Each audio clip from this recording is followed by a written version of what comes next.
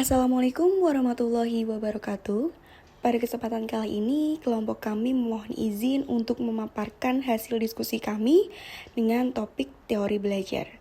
Topik pembahasan pada presentasi kali ini terdiri dari 3 bab. Yang pertama adalah penerapan teori pembelajaran, yang kedua adalah metode pembelajaran prinsip konstruktif, dan yang ketiga adalah pemecahan permasalahan. Penerapan teori pembelajaran. Yang pertama, yaitu ada teori belajar behavioristik. Belajar merupakan bentuk perubahan yang dialami siswa dalam hal kemampuannya untuk bertingkah laku dengan cara yang baru sebagai hasil interaksi stimulus dan respon. Atau dapat dikatakan, seorang dianggap telah belajar jika dapat menunjukkan perubahan tingkah laku. Penerapan teori behavioristik yaitu dengan cara guru banyak memberikan stimulus dalam proses pembelajaran, sehingga siswa akan merespon secara positif, apalagi jika diikuti dengan adanya reward yang berfungsi sebagai reinforcement atau penguatan terhadap respon yang ditujukan nantinya. Selanjutnya adalah teori belajar sosial kognitif, di mana penerapan teori ini berkaitan dengan proses pembelajaran siswa, bagaimana caranya mereka untuk menguraikan konsep pengembangan proses kognitif yang diaplikasikan dan diwujudkan ke dalam aspek sosial terutama di ranah pendidikan.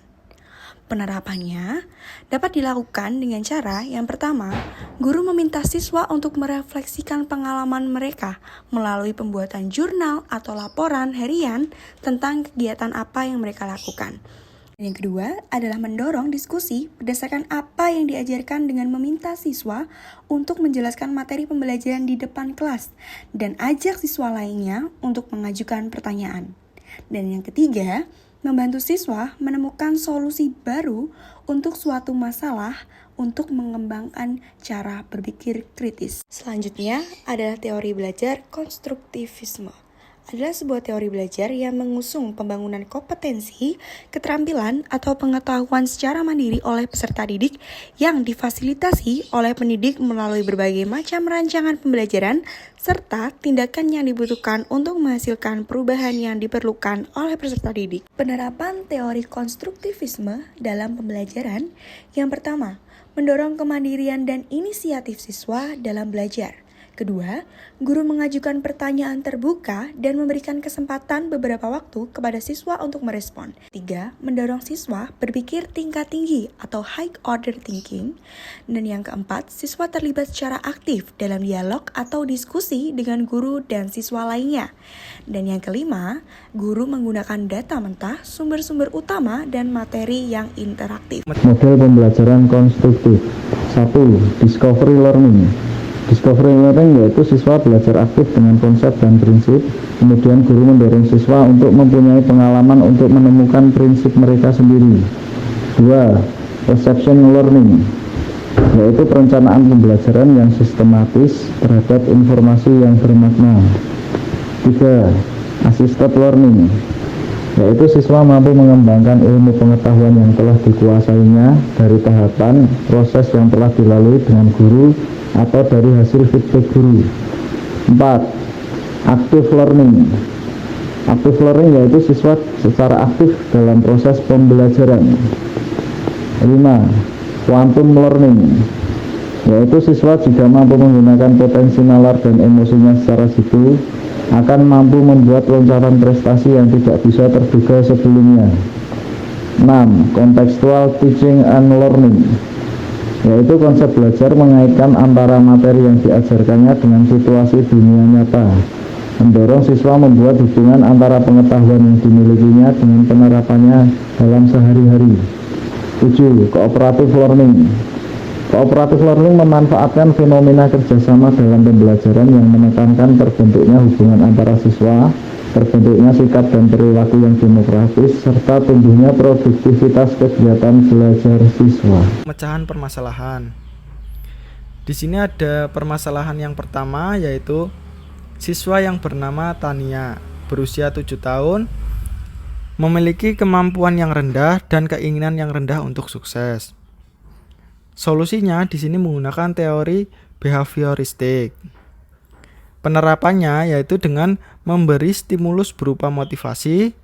Selain itu, juga dapat memberikan reward berupa penilaian harian dan juga memberikan nilai bintang pada siswa tersebut. Nah, diharapkan siswa tersebut dapat merubah kemampuannya dan keinginannya tersebut. Kesalahan yang kedua, di sini ada siswa yang bernama Samuel, berusia 10 tahun. Permasalahannya adalah dia bekerja keras untuk menjaga harga dirinya pada tingkat tinggi, tetapi memiliki rasa takut akan gagal yang kuat. Solusi yang dipakai pada teori ini yaitu menggunakan teori konstruktif. Penerapannya dengan mendorong Samuel untuk berpikir tingkat tinggi. Dari pengalaman kerja yang keras yang dilakukan selama ini, Samuel diminta untuk menghubungkan dan merangkum konsep-konsep melalui analisis, prediksi, justifikasi, dan mempertahankan gagasan atau pemikirannya. Dari hasil pemikiran tersebut, nantinya akan memberikan gambaran apakah akan mengalami kegagalan dan antisipasi apa yang dilakukan jika mengalami kegagalan. Selanjutnya dalam permasalahan 3, di sini ada permasalahan Sandra dengan umur 13 tahun yang tenang di kelas dan meremehkan keterampilan mereka. Solusinya adalah menggunakan teori sosial kognitif. Untuk penerapannya, memasangkan Sandra dengan rekan satu kelas yang memiliki tingkat kognitif tinggi dalam suatu bidang mata pelajaran tertentu. Dengan hal tersebut, Sandra akan belajar dan mengetahui keterampilan rekan satu kelasnya sehingga dia tidak akan meremehkan. Selanjutnya pada permasalahan 4, di sini Robert dengan umur 16 tahun yang menunjukkan sedikit minat di sekolah dan saat ini tinggal bersama dengan bibinya. Kita sebagai guru sudah tidak dapat menghubungi orang tuanya. Solusinya adalah dengan menggunakan teori humanis. Penerapannya, kita lakukan home visit sama dengan menerapkan teori belajar secara humanis, yang mana dalam penerapannya menggunakan pendekatan secara emosi dan perasaan. Komunikasi yang terbuka antara siswa dengan guru maupun sebaliknya, serta nilai-nilai yang dimiliki oleh setiap siswa, sehingga tujuan pembelajaran dapat tercapai dengan baik. Sekian presentasi dari kelompok kami. Apabila ada penyampaian yang kurang baik dan kurang berkenan, mohon maaf. Wassalamualaikum warahmatullahi wabarakatuh.